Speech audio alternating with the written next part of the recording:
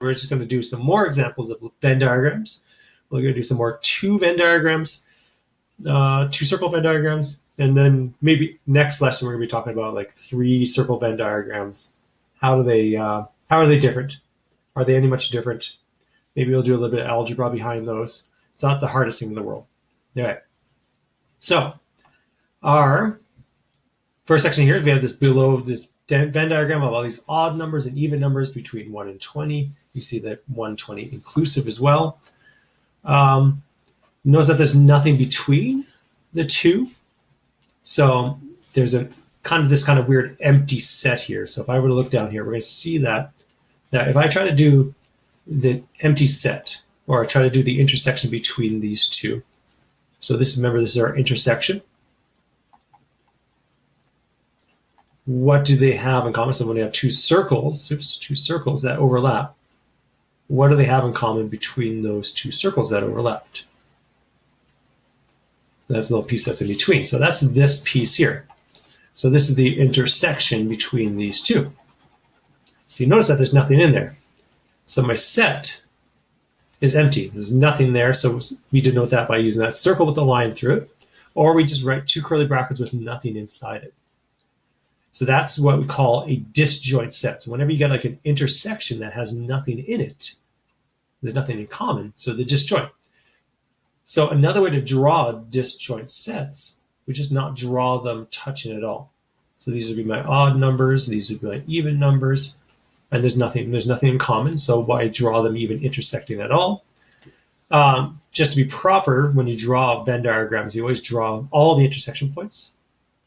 So all the intersections between the circles, and sometimes those intersections just don't have nothing, in them. Okay, so that's what it means to be disjoint. So you might see that common word later on too. So here we have an Alberta school. It has 65 kids in it. They're playing volleyball. So let's just put a couple colors here so that I can use those later on.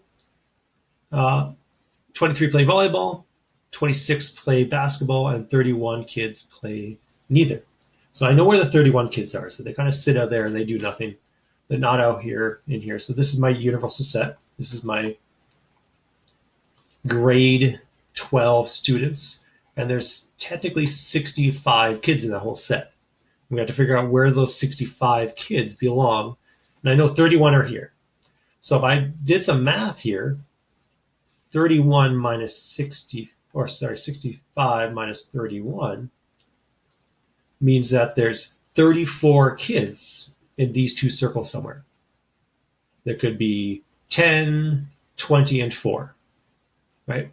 But they got to match these rules over here. So there's got to be 23 kids that play volleyball. Now, it doesn't specify that those 23 kids only play volleyball. So when I do that, it's going to be this whole circle. That whole green circle, that's the volleyball circle. Let's just label that volleyball. Must have 23 kids in it. And then if I did the basketball one, that must have 26 kids in total as well. Now, I don't know how many of those kids only play basketball and how many of those kids only play volleyball. That might be a question later on. It says, determine the number of students that play volleyball only. How many kids play basketball only, and how many kids play both sports at the same time. So I'm looking to fill these in. But I know that these two circles, what's inside these three little pieces, this piece, this piece, and this piece, those three pieces must add to this 34 that I had left over. But if I add these two numbers together right now, I have 49 kids there, right? So I have 49 kids that play volleyball and basketball, but I only have 34 kids in total. So there must be some kids that do both at the same time, right? So to figure out how many kids actually do both, it's a pretty simple math. You add these two together, you get 49.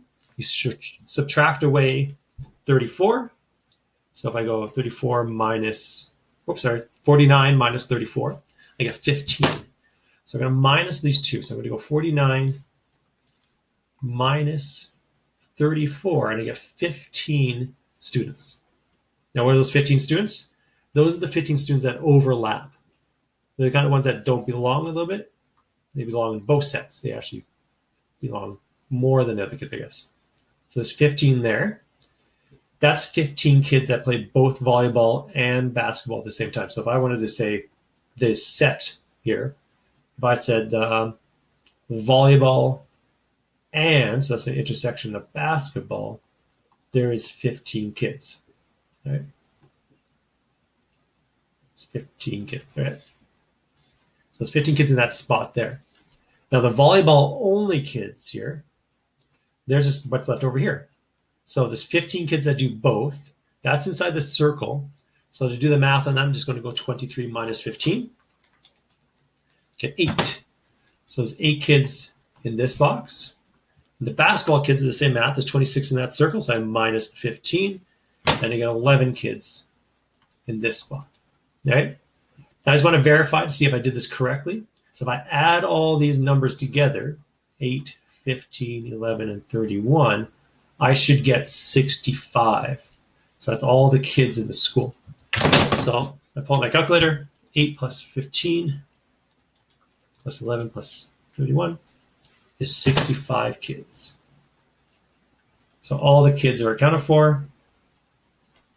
So these are the splits between the numbers. So the kids that play only volleyball, there's 8 kids that play only volleyball, and there's 11 kids that play basketball only.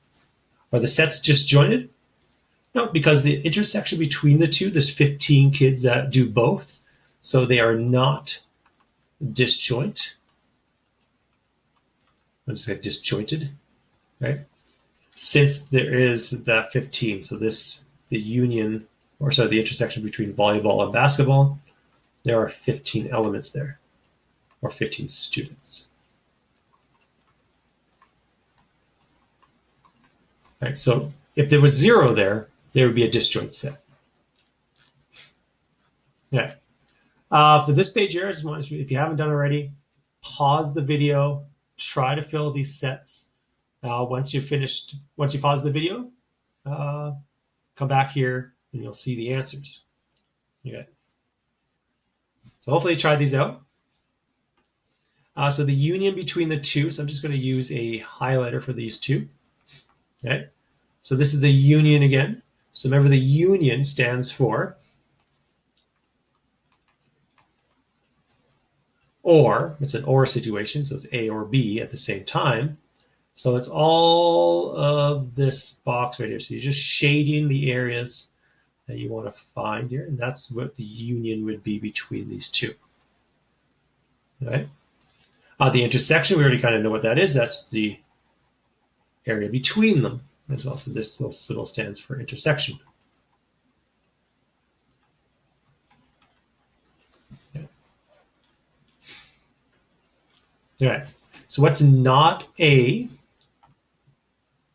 What's the intersection between not A and B? So what's not A and B at the same time?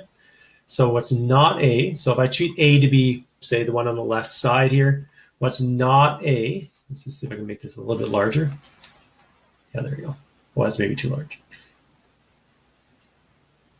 So this would be not A. It's all of that area there.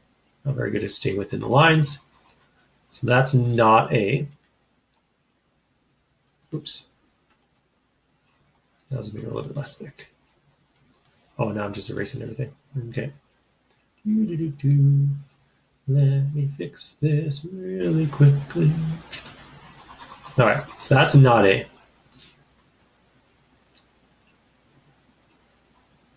Okay. Now, what is not B? Or so what is B? So I'm just going to highlight B. This piece right here. So you notice what, remember this is the and, so what do they have in common between the two? So this green piece here, after I highlighted both the blue and the yellow, the green piece is what they have in common. So this area here is your answer, right? So when I'm coloring in black here is your solution. I wonder if they have a highlighter that's black. They do, look at that. So that's my solution there. That's what they had in common. So it's that piece. Okay. So if we do the same logic for this next one over here, What is not B? So not B is everything that's outside of this circle. So everything out here.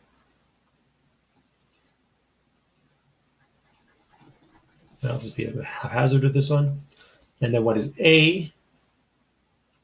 We get really good at this. You probably don't have to do all this weird shading. And what do they have in common? Because we're looking at the intersection again, is this piece, the green piece that I'm now shaded in black. So this answer is yours.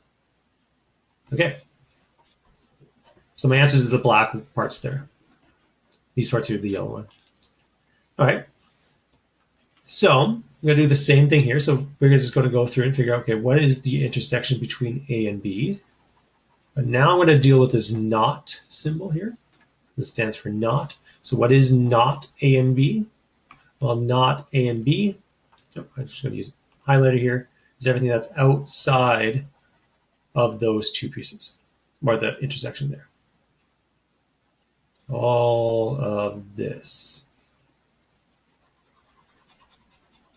So that's the gray area I'm looking at there. All right. For this one here, the union between the two. So if you remember what the union stood for again, it's just those two. You can see at the very top the answers for those two pieces. So the union between these two would be both the circles. Everything inside both of the circles. And then what's not this piece is everything outside of those circles. So the gray area here is my answer. Right. You can use like cross hatching here to tell me what the answers are.